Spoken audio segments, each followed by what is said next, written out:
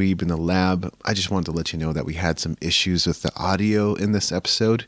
You can hear Jason clearly. Me, on the other hand, I seem to cut out here and there.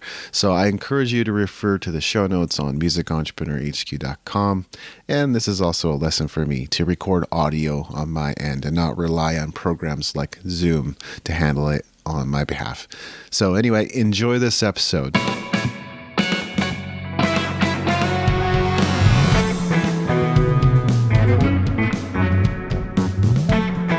Listening to the New Music Industry with David Andrew Wiebe. Well, today I've got a return guest to the New Music Industry podcast. It's SubmitHub founder Jason Grishkoff. How are you today, Jason? I'm alive. It's hinting at summer here in South Africa, and I think the last time we chatted was 2 years ago, May 2020. Yeah, and so COVID was just kicking in. Alcohol was banned where I was, and That's right. I recall making a joke that maybe by 2023 things will be back to normal, and I was totally kidding, but I think I was right.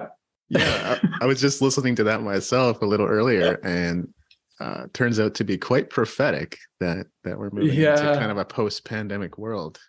Oh man, because what you were trying to go to Austin City something. I wanted to go to the DIY musician conference. Yeah. And is that happening this year? I'm pretty sure it is.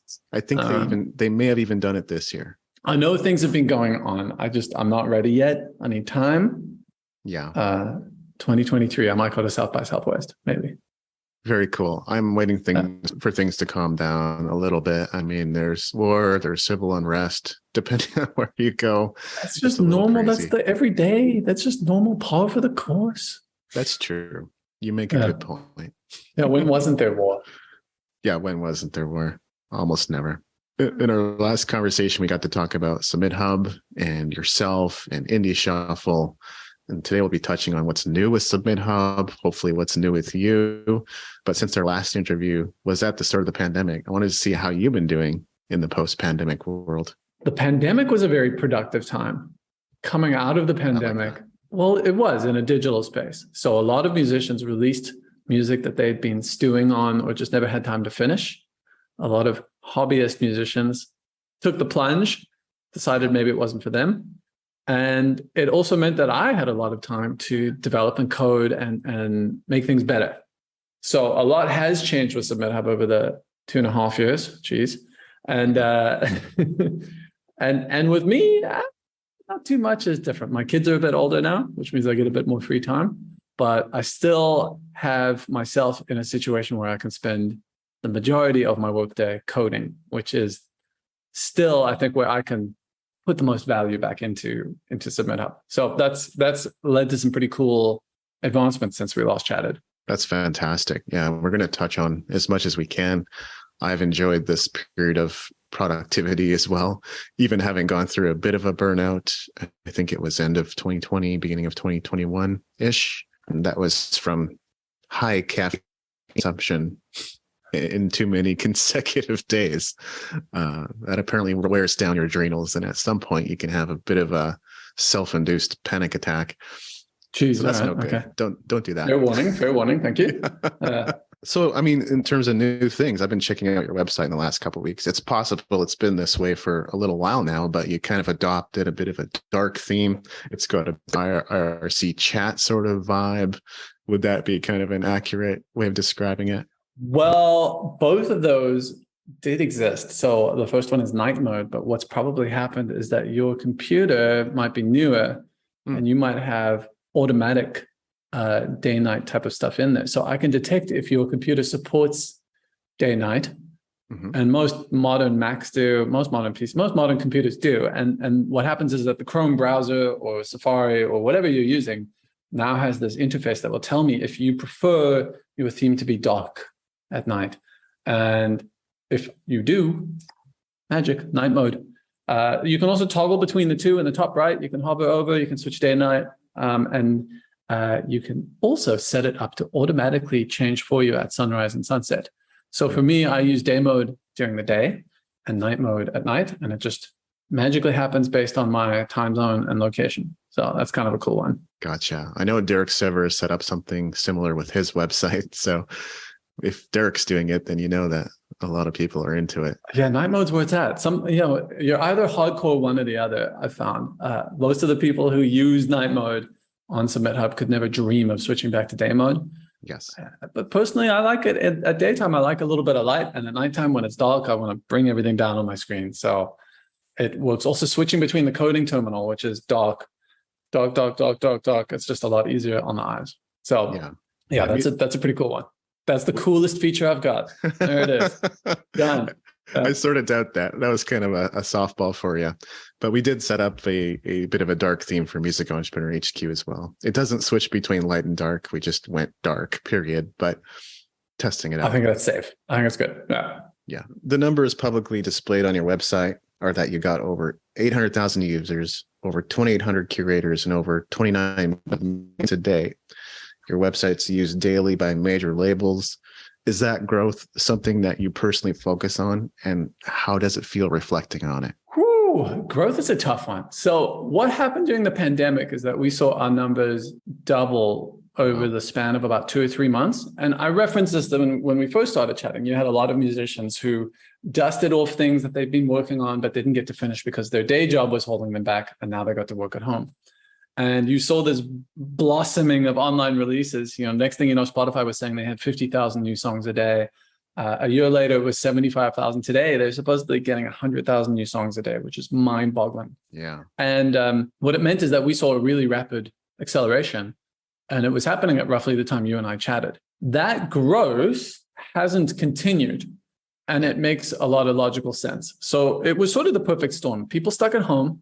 The governments of most countries giving out money, which people were using on either cryptocurrency or just things that they're promoting music. So you had this perfect storm of people being online, finishing their music, having money in hand. And so we saw this massive growth. And since then, we've actually managed to sustain a bit of a plateau, which I think is pretty good. So you see a lot of these major corporations and whatnot currently talking about how profits are dropping off a cliff. Google's gone from, I think last year they made $35 billion profit, and this year they're only going to make $9 billion profit. Woe is me. But generally, there's a market trend down, and we've managed to sustain an almost perfect plateau since the end of 2020, which is great. Neither up nor down, just smooth running where we are. And look, it's something we think about, but I've always been of the mindset that we don't really run marketing. We don't have an ad spend. We don't have a very strong social media presence. We've tried once or twice, and it's a lot of work, and it's nearly impossible to sustain, and we don't enjoy it. And so we don't do it. And so our mentality now is that to keep the company growing or sustainable or where it is, we want to keep rolling out new features that work well for users, keep improving the UI and the UX, and make sure that our customer support is really responsive. So right now we have an under 1 hour response time on our customer support tickets, which is pretty quick. And generally the idea is to try and keep people happy with the product so that they'll keep coming back. And we touched on this a lot last interview. There are certain things that it's very difficult to keep people happy about when they're getting rejected left and right. But as long as they feel like the product itself works smoothly, then that's sort of been the core of our growth tactic. It's interesting. So what would you or how look at your promotional philosophy? Like, are you more reliant on PR and publicity, or is it pretty much just like whatever comes up is enough to sustain and grow the company? We're in an interesting phase right now. So there's a lot more competition. I think I mentioned in our last interview that for someone to catch up and compete with us was next to impossible because of the amount of work that has to go into it. Yes. 2.5 years later, there are some people who've tried and they've sustained it, and they're still going and they're growing. So Groover is one of them. They raised $7 million in funding to grow a little bit. And every week, it seems, there's someone new coming up with a different strategy, trying to sort of poach the curators that we have. And we're fine with them trying out other platforms. We don't mind. At the end of the day, I want to try win them over by providing the best product out there. So, it was like an operational strategy. I don't know. We just want to, I just want to try and keep the product a few steps ahead and make sure that it's better. So yeah, that competition is coming, and there's some unique ideas out there and some general shifts in industry perception. So one example I'll give you is Muso Soup. I'm not sure if you're familiar with them. No.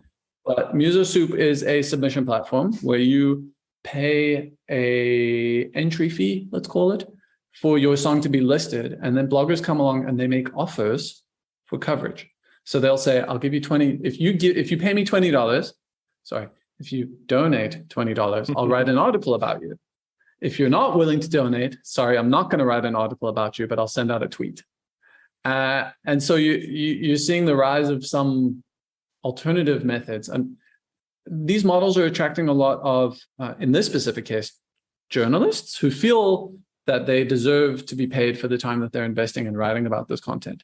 Yeah. Again, in our last interview, we referenced sort of the demise of online advertising, and these independent outlets can't rely on that as a source of revenue anymore. No. So they're looking for other ways. And so what we've seen over probably the last year is that there's become more comfort with what I consider to be payola. Yeah. However, most of these journalists are saying it's not payola, it's just paying me for what I do. Anyway. If you wanted to cover it up in marketing lingo, you would just say sponsored content or native advertising. So I'm actually fine with it if they do. If they introduce the article and they say, this article was published as part of band name's promotional budget for their new song title.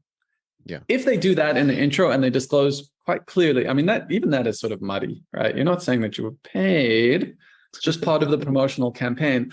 I'm actually okay with it, right? Because then you're disclosing. But 99% of this doesn't. It's just another article up on the website, and you don't know that there was a $20 or $50 or $100 transaction behind the scenes.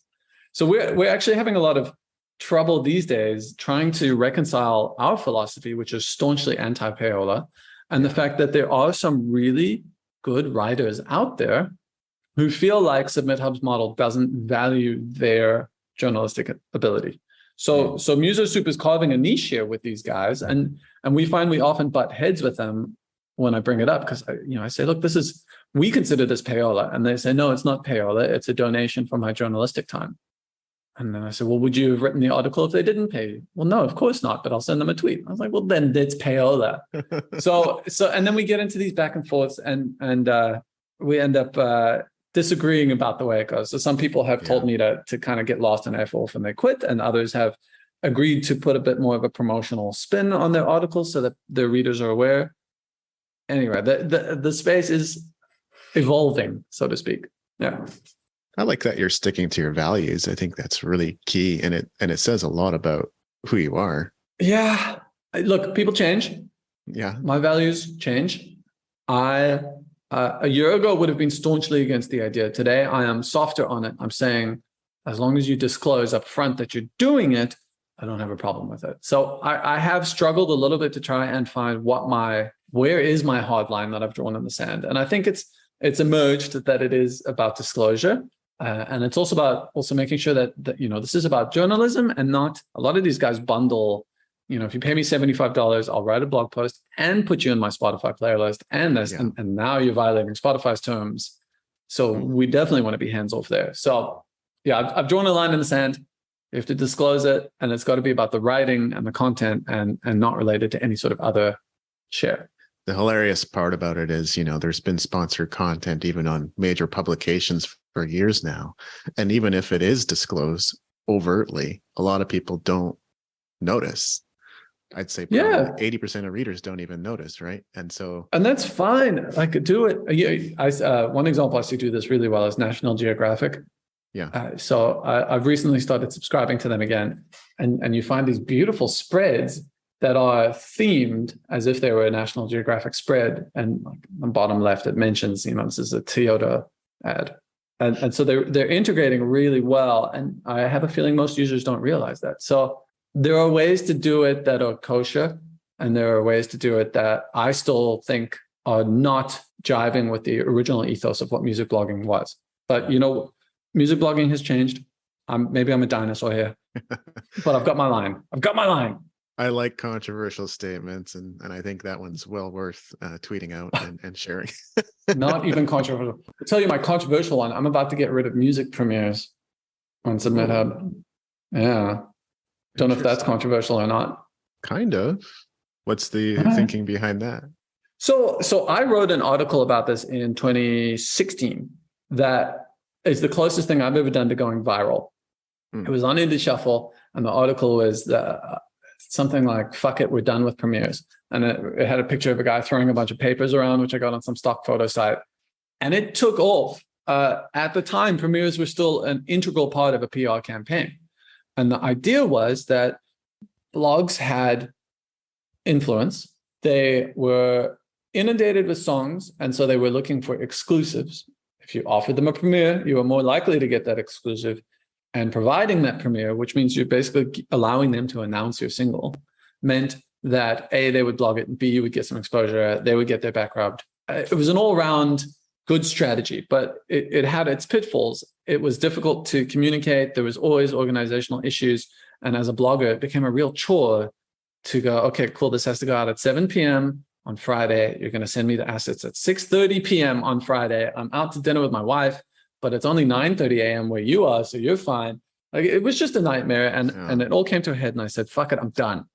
And it really resonated with the community. I remember getting something like 40 or 50,000 likes on Facebook back when people used Facebook. And yeah, so that's 6 years ago. And we haven't touched premieres since then, but they still exist on SubmitHub. I don't think that the typical publicist or marketing campaign these days factors premieres in. They might try to get the angle on a Stereo Gum or a Rolling Stone or an NME, but at the end of the day, they really need to be going with all engines firing on release day. And that means getting as much coverage as they can straight away. So when release day hits, they can't do this 24-hour embargo on a premiere, this type of thing. Like, they're leading up to it, they're trying to get as many Spotify placements lined up, as many, blog posts, TikTok videos, journal articles, whatever. I'm just not sure that many people are using premieres anymore. And it sounds controversial to say I'm going to get rid of it, but I actually have a feeling it's not going to be that controversial. So the option will disappear on SubmitHub. What I might be doing is something which we can get into a little bit later. Is I'm planning to roll out a SubmitHub marketplace, and it's possible that you'll just be able to buy let's not call it a premiere, but a quality piece of written journalistic content that has disclosure about its promotional ties on a blog. So I think that is something we will be selling on the marketplace, and that's a pretty big shift in. Like, my colleague Dylan is still not sure he's cool with the idea. So we'll see. It's one of those ones where I like to launch and iterate. So I'm going to put it out there and see what happens. On my list of questions for sure. So we will definitely get to it. And we can start running through some of the changes that caught my attention. Something you updated just 8 days ago is influencer price. Part of this adjustment seems to be about artists are working with high quality influencers who are getting engagement. Is there anything else behind that? 8 days ago. Which one was this? The adjustment to the influencer prices? Yes. Okay. Well, since we've chatted, we've kind of rolled out this whole influencer submission side of SubmitHub. And there has been a lot of learning through this process.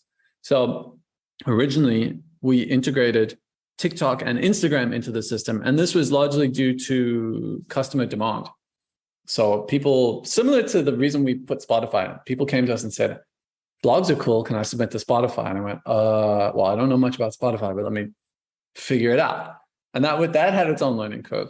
Then the same thing happened with TikTok and Instagram. And I said, okay, well, I don't know much about these, but let me figure it out. So initially, TikTok and Instagram were folded into the blog submissions. And it was a very similar format of 1, 2, or 3 credits based on their engagement. So they might say yes, they might say no. But we found that influencers had a hard time correlating their aggregate earnings with their per share. So they would come in and decline 20 songs and then approve one and say, well, why am I only getting $1 for sharing this? And I would try to explain, well, it's more like you've gotten $20 because you don't have to say yes to all of that. It wasn't working. And so we ended up settling on this model where we spun out influencers into their own category, and we went straight payola, straight branded marketing. You are buying a placement on an influencer channel, If they say no, you get your money back. If they say yes, they're going to publish it. So we rolled out this system and it was a lot more effective. I think artists were happier with sort of the idea of I'm going to go in and buy 20 TikTok videos. And influencers were a lot happier with the higher prices, but they also weren't. So our higher prices, we moved from 50 cents or $1 per submission up to 10, 20, 30, sometimes $50 to share a video. And these guys mostly think that they're worth a lot more. I think if you ask the average influencer what they're worth, they'll say $500 to $1,000 for a share. Oh my God. And we found we can get most of them to actually share it for about $5. Yeah. Because they're not actually selling the $500 ones.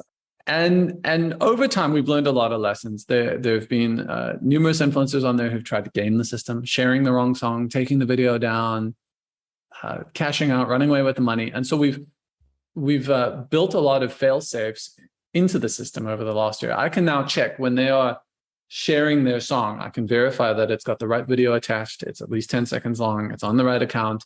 If it gets removed and then we lock their ability to cash out, get more money, we try to entice them back in by being like, hey, you've got $75 of shares waiting for you. All you got to do is reshare this one that you took down and then you'll unlock it. So we've gotten a lot better at our strategies of trying to contain this abuse. And all of that comes back to an update that we made last week, which we adjusted the pricing. So it's fully transparent.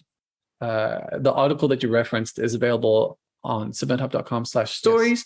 And in there is a little chart of what the price breakdown is for each piece of content. And the way that we do it is that we take a look at the influencers. This gets a little bit mathy, but we look at their last 50 videos and then we calculate the 20th to 80th percentile range.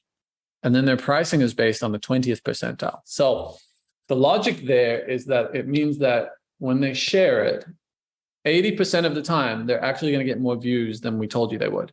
20% of the time, they might get less.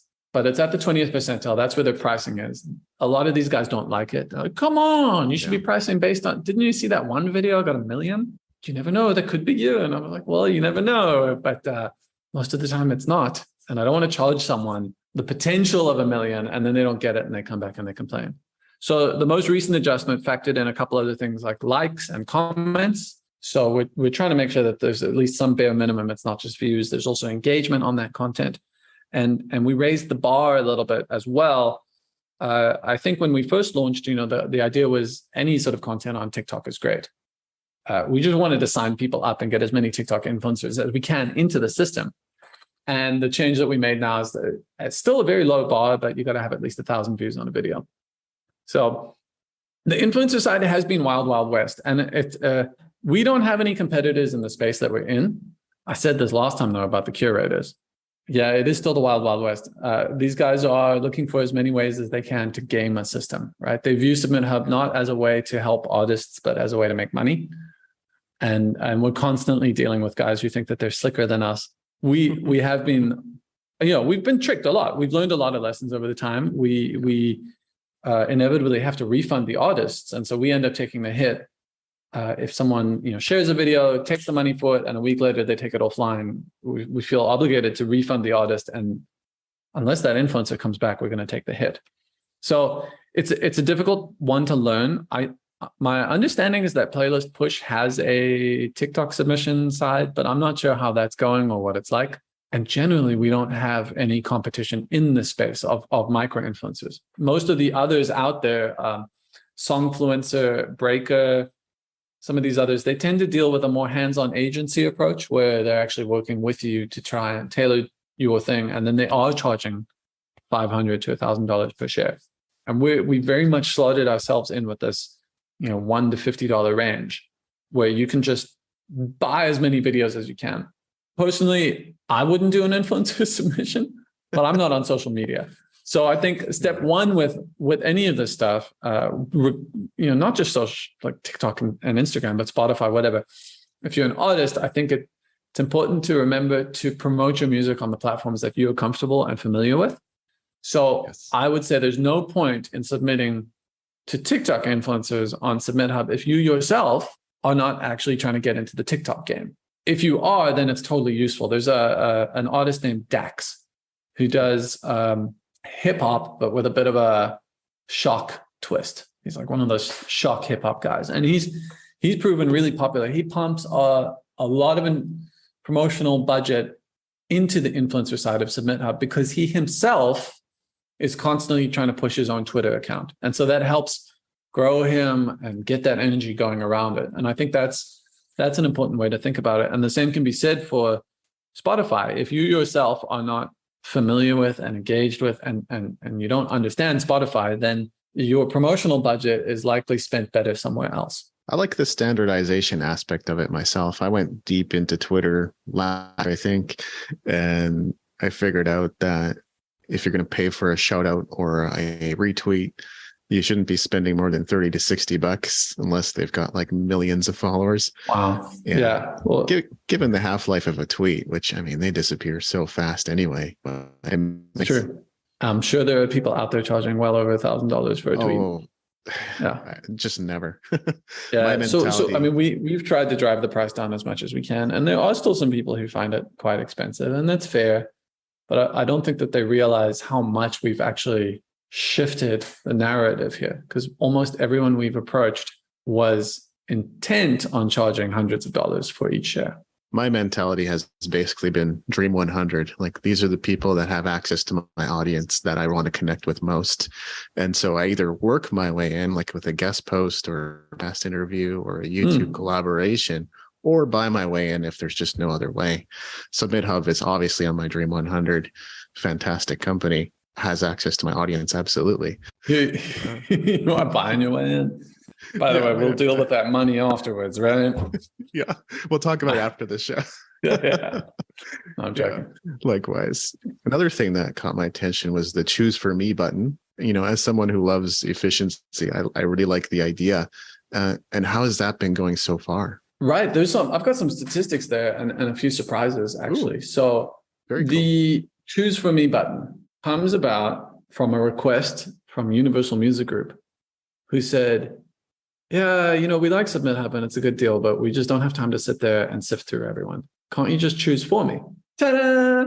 So I whipped up this little button that shows up on the feed, and it allows us to choose for you. And the concept is that there's 3 steps. You indicate what's most important to you: listeners, written content, or feedback. So with listeners, the idea is that I'm going to skew your submission towards Spotify playlisters and maybe YouTube channels. With written content, I'll skew it more towards this really good bloggers subset group that we have, which actually write good content. And with feedback, I'll make sure that we're only sending your submission to people who have a history of really high ratings on their feedback. And this is the feedback that gets provided if a song gets rejected. What we found is that 95% plus are ranking listeners as most important, and then written blog content. And I think 0.1% of people so far have put feedback at the top. And so it is more of a skew than I anticipated. I thought there might be a little bit more of a mix, but no. Yeah. Then the next step you get to choose is whether you want it to be easy, balanced, or competitive. And so what I mean by this is, do you want us to focus on curators who have a high approval rate? This is the easy group, but you know, that comes with the caveat that if they're approving a lot of songs, generally their engagement is a little bit less. The balanced category means that we're going to try to get a spread of people who, you know, some of them are a little harder to get, but there's also some easy wins in there. It's like having a nice stock portfolio that's just well balanced. And then the competitive group is, look, we're going to focus on curators who can really push the needle as far as engagement goes. So that's option number 2. And what we found there, about 70% of people are choosing balanced. Not too surprising. What was a bit more surprising is it's 25% competitive and 5% easy. So no one's going the easy way. Actually, my stats are wrong even. It's more like 40-40-10. That's not 100. 50-40-10. More like 50-40-10. 50% balanced, 40% competitive, and 10% easy. So my takeaway there, and the reason I'm surprised, is that more people are choosing competitive than I would have expected. I anticipated that balanced would be where people would be going, but there's a lot more people willing to take that plunge on an understanding that they're going to have a lower average approval rate because they're targeting more competitive curators. The third step is your budget. We just ask you how much you want to spend. And then once you hit choose for me, we take the list of curators, filtered by genre, sorted by genre match, and we just start selecting them down there based on your other two filters of what you're interested in. So it's kind of automagic. It does take a step out of having to scroll through the list and choose who you want to send to. It's still a few more steps than, say, playlist push. They just ask you how much money you want to spend, and they take care of the rest. So you don't get any insight into who it's going to and what the targeting looks like. Whereas, with our system, you still actually have a chance to review that afterwards. So it's, even if you don't want to rely on that heavily, it's a good starting point to jump in there, hit choose for me, and then go from there. So we've seen about 10% of submissions are coming through with this choose for me option. And what I anticipated was that the vast majority of them would be professionals. And I was so wrong. It's 90% indies. So of that group using the choose for me, barely any of them are the people I made it for, the Universal Music Group people. So I'm like, come on, guys, I thought you were going to submit. No, I think it's proven to be a fairly helpful option for artists who are unfamiliar with the space and what they're getting into. Yeah, it's really fascinating because it sounds like there's people going more aggressively towards the competitive opportunities. We used to say that like everybody goes for the low hanging fruit. So if you wanted to aim higher than the majority, aim for the top. But now it's sounding like there's more competition trying to get to the top. Yeah. I mean, they're going for the indie shuffles, right? Our approval rate is 3%, 3.5%, but that effectively means that 97% of the songs we get are rejected. But people want to send to us because, I don't know if we can move the needle as much anymore, but hypothetically, there are some big ones there who are pulling 1,000, 2,000 plays per song that they share on Spotify. And that is moving the needle quite a bit, but those guys are often getting 100 plus submissions a day and they can only share 2 or 3 songs. So competitive is a tough one, but it appears as if people are willing to take that and perhaps they're finding higher value from it. Now we get to talk about something you referenced earlier. And there's actually 2 parts to it because I really love this idea of a 2022 wish list. It might be something you've been doing for a while, but it's almost like publicly stated goals. And of course, as a component of that is the marketplace, which you referenced. So I would really love to touch on both things, your thought process behind creating that wish list and sharing it, as well as where you think you're going to be going with the marketplace. Yeah. So I started the wish list in 2021. I think part of it was that the more people who use SubmitHub, the more requests come in for features. And also I have more ideas as well. I've got this constant to-do list. Right now it's at about 45 items. Most of them are small little coding things. But I have these bigger projects in the back of my mind that I want to get through. So in 2021, I slapped together a wish list of the projects that I wanted to do. That article is probably still up somewhere on submithub.com/stories. Yep. And what happened is at the start of 2022, I brought some of those forward and I began a new, this is my stated goals for this year. So I've been chipping through them and I've actually done a fairly good job. I think it's approaching the end of October, so I'm running out of time. The marketplace is a new one on there, but the wish lists are a place for me to sort of dump some of the bigger ideas that I want to get done. Part of it is transparency and anticipation for the user base, and the other half of it is to incentivize or force me to actually get it done. Now I've said it's going to get done. Here it is. I'm going to work on it. So, once I've said it's going to happen, it's going to happen. The latest one to go on there is this marketplace. And this is actually a newer one that Dylan and I only sort of landed on about 2 months ago. The context is this. Dylan came to me and he said, SubmitHub for labels is a shit show. So we launched SubmitHub for labels back in 2016, 2017. It was the first spin out we did before we even touched Spotify playlists. And the idea was that you can submit your song and connect with a label to discuss business and potentially build a relationship. What we find is that it's about 1% of submissions and 20 to 30% of our customer support. It's not great. And a lot of this is because with the curator side, you have a very well-defined deliverable. So I am a curator who runs a Spotify playlist. If I approve and share your song, it's going up on Spotify. Boom, there's the deliverable. With a label, it's a lot tougher. And for us to get involved with all of these negotiations and contracts and that type of stuff, not easy. And thirdly, I don't even know if I had a 1 and 2, but nextly, the labels we find are generally shifting away from that historical model of investing in an act and growing together and really doing that, and moving more towards these kind of promotional packages. So we thought, look, we want to sunset SubmitHub for labels. It's not helping the business dramatically. The risk is that one of our competitors goes and swoops up this side. It kind of jokes on them, right? They're going to have to deal with the shit we've been dealing with for so long. Yeah. And the thinking was, we don't want to, there are some valuable people on here. Some of them write incredibly detailed feedback and can really analyze your song. And some of them also offer some very valuable promotional packages or studio time, or helping you press an LP or a cassette tape or whatever it is that you do. There's a myriad of things that labels can help you with. And so we thought a marketplace might be a good place to list some of these services that we feel are tangible and trustable. So that was the birth of the marketplace idea. And then I thought, well, hold on a second.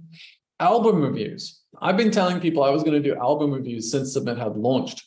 It was one of the first questions that came up was, okay, but how do I submit my album? And it came up way more back then.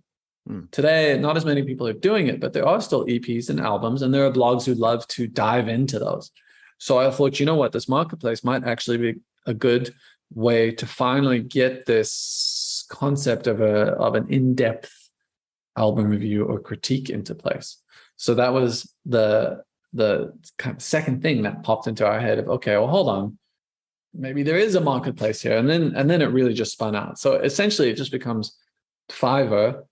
I'm not sure if you're familiar with Fiverr. Yeah. But for those who aren't, Fiverr is a publicly traded company now, but it's a website that you can go to and pay people to do micro tasks for you, make you a logo, help you mix a game, create a 3D render of your body, whatever it is. There's so many coding. There's anything you can think of a micro task, they can do it. And so I was thinking, well, I'm not going to one up Fiverr. I'm sure they've got thousands of tech employees, but there are some things that, you know, the SubmitHub community can help foster and work on. So what we're going to do, and I think the more extensive listing of the potential things we can offer is on that wish list you've referenced, which is at submithub.com/stories. We're going to expand this into essentially Fiverr for SubmitHub, and we'll see what happens. Everything that gets listed on there as a product will be vetted by our team. So there's no free-for-all. People won't be able to list themselves. And I think there's going to be some major categories such as album reviews or playlist advertising. And then we'll also allow people to get a bit creative with the services that they offer. And at the end of the day, what SubmitHub's really going to be doing is we'll be a middleman, a lot like Fiverr, where we are ensuring that you get paid if you provide the deliverables, and the client doesn't have to pay if they don't get the deliverables, and we hold on to the money in the middle and make sure both parties are happy. So it's being a middleman. That's what we're going to do. But I think it's kind of cool, and it will help us expand to offer some other things, even touching on SoundBetter. I don't know if you're familiar with them, but no, they're owned by Spotify. It's a marketplace where you can pay for mixing and production help. So we're not going to one up them necessarily. And most of those packages are $200, $300, $400, $500. I'm thinking the services that we want to offer range between that sort of $5 and $100 range. We don't want to be getting involved in $100 plus disputes. So that's the gist of the marketplace. I'm going to start coding it next week. This week, I've got a few other things to get out of the way. I've got some really exciting updates around the corner for our Spotify listener numbers, which is also something that we are uniquely positioned for. But you didn't ask me about that, so so sad. Fiverr is crazy. It's evolved. It used to be for top $5 on a service. Graphic design or a logo for me. Sometimes it was good, sometimes it was bad, sometimes it was just somewhere in between. You'd hire people and one of them would be good. And nowadays there's providers from all over the place, all across the world at different price points. So Yeah. if you need to hire a native English speaker, well, you can do that. Okay, with something that could end up being sub-quality, you can hire someone from another country. Yeah, I mean, their music section alone on Fiverr is intimidating. I had this crazy. idea, and then I went to Fiverr, and I was thinking, oh man, there are so many more things you can do in this space that I hadn't thought about. Soundtracking, commercials, editing audio into video. Like, wow, it's crazy.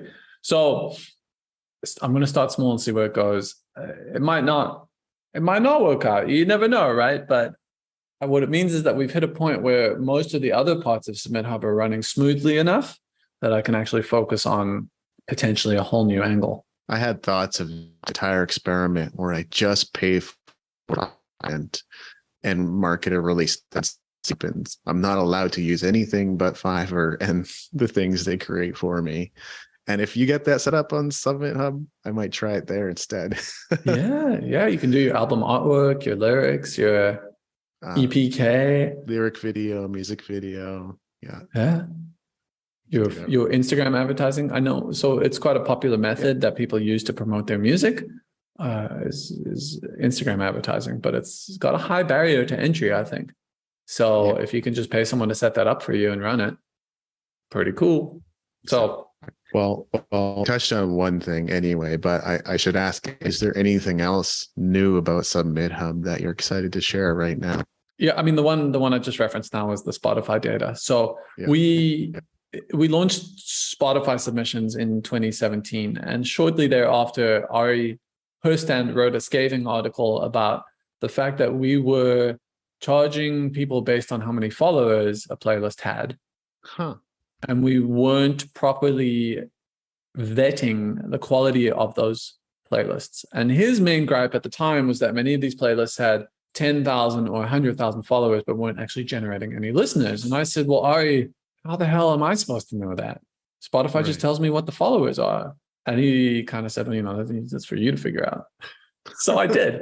I figured it out. After a lot of kicking around and whatnot, the solution I landed on was to let artists share their insights with us. So about 3 weeks after an artist has been shared on a playlist, we reach out to them. We offer them some credits in exchange for them letting us know how many listeners they got from that playlist. And the net result is that today, I think we've got close to 1 million data points after 5 years. It's a lot. We have a lot of information powering the numbers behind our estimates for how many listeners a playlist gets. And this isn't something that Spotify makes available. And, Chartmetric attempted to do this. They don't show it anymore. I know that Groover keeps talking about wanting to do it, but they're not doing it. At this point, I think we're the only ones who you can reliably go to get these types of estimates. And there have been some drawbacks to it. So I mentioned that after 3 weeks, we ask them for their numbers. And what that means is that we have a 3-week delay on the listener numbers for all of our playlists. It doesn't sound like a lot, but it'd be much better to have 24-hour snapshots and actually tell you yesterday, this playlist got 8 listeners per song type of thing. Or if you're at position 5, you're going to expect this many listeners. Or if you're at position of 15, this many. I've got that data now.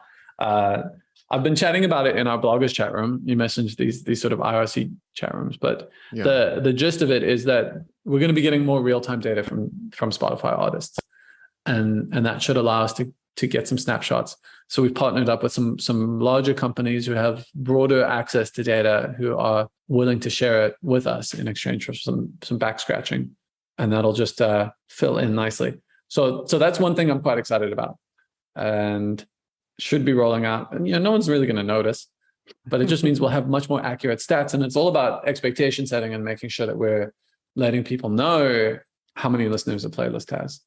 So for example, if someone stops advertising or promoting their playlist, a lot of playlisters are using Instagram ads to keep their playlist engaged. If someone stops, we have a 3-week delay where we can't actually tell that they stopped.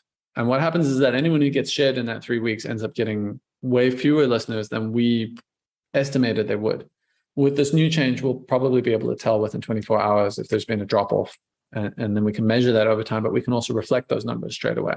So that's a pretty cool one I'm excited about. and should see silently roll out. It's more of a back end thing. So I'll probably throw up an article about it, but I also don't want to get too. No, I probably won't throw up an article about it. Oh, come The on, people you who gotta can know respond about it to are either in the Ari. bloggers chat room or they've made it this far on this podcast. So there you go. You got to respond to Ari though. I'm chatting with Ari in November, late November. So by then this will all be in place. It's all part of my plan. I've been working for 5 years now to have a response to Ari. Got it. Here it is. Yeah. That's exciting. No, it's a better value, and it's cool that it's a silent rollout too. But it sounds like artists are just going to get more and more value from their playlists. So I love that. I hope so. Just more expectation setting. So at least we can tell you, like, these guys only get 5 listeners, or these guys 300, whatever. I just those stats I think are very important, because without them, you're sort of shooting in the dark and you don't know whether a playlist can do anything until you're on it. Well, last time you were on, we did the section of the podcast lovingly called "Not the Tim Ferriss" section of the podcast. So this time I mostly want to conclude with, you got your 2022 wish list, and I'm sure you're keeping busy, but do you have any other goals or anything specific you're excited about for 2022 and 2023? No, nothing too major in life. We're trying to spend a lot more time with family and see family, which is, I think, just the phase of life I'm heading into with 2 kids. The website, I think, the marketplace will be one of the focuses that we have for the next 6 months or so. But there's a good chance that I'm going to get into distribution in some way. It seems like a natural segue. We've got the artists, right? And I think we can maybe offer something that is a step above or differentiates us from some of the other distributors. But it's also possible we'll actually end up partnering with a distributor and doing something under that umbrella. We've been in close chats with a number of them, and of course that's also where the Spotify data is coming from. So we're getting buddy with a number of distributors, and so either we will integrate with one of them or something might happen. I don't know. I can't predict the future entirely, but there's a huge business overlap from a broader standpoint. They're very interested in SubmitHub's user base, which is independent artists releasing music, and so it just seems like there's a natural synergy to get corporate. So that's one potential direction. Otherwise, we might just keep having fun with it. That's sort of the point of it. We enjoy running this as a lifestyle business. There's 5 of us full-time on it now, and a few others helping with customer support. And for us, it's that flexibility that we really enjoy. To be able to, I make sure everyone on my team has this flexibility as well. I don't mind when you work, how long you work, as long as the work you're getting done is good. And so we all enjoy that flexibility. And that is one of the risks of heading too corporate. We have like a no meeting philosophy at the business. We don't do meetings. So it's nice. It's nice this way. It's everything I left Google for. So I don't want to ruin that. Yeah. I hear that. No, it's a big part of philosophy as well. Been working home since 2016. Sure, been some roller coaster rides away, but freedom's my number one value. I just can't really give that up. Yeah, no, it's an important one. So in all likelihood, 2023 will just continue the way 2022 did, with just a lot of improvements going out on the website. And of course, there'll be more and more competition. They're getting more serious. Yeah. Yeah. Well, where it goes, but we'll definitely keep an eye and see how things develop. Thanks so much for your time, Jason. It's been great. My pleasure to be here. Thanks for having me. 2.5 more years, right? Over the years, people have said to me, DA, I really resonate with your writing. I think you should start a magazine. Well, we've been planning this for a while. It's not a magazine, but it is a print newsletter, our brand new print newsletter, Elite Players Newsletter. If you haven't had the opportunity to check it out yet, you want to go to musicentrepreneur.hq.com/elite newsletter. That's ELITE newsletter. You get 4 incredible bonuses just for signing up to receive the first 2 issues, including 4 group Q&A and coaching sessions, members-only audios, a lifetime subscription no less, my latest book, The Music Entrepreneur Companion Guide. You're going to get a physical hardcover copy, and my forthcoming book, The Renegade Musician, also a physical hardcover copy. So go to musicentrepreneurhq.com/elite newsletter to learn more about this incredible offer.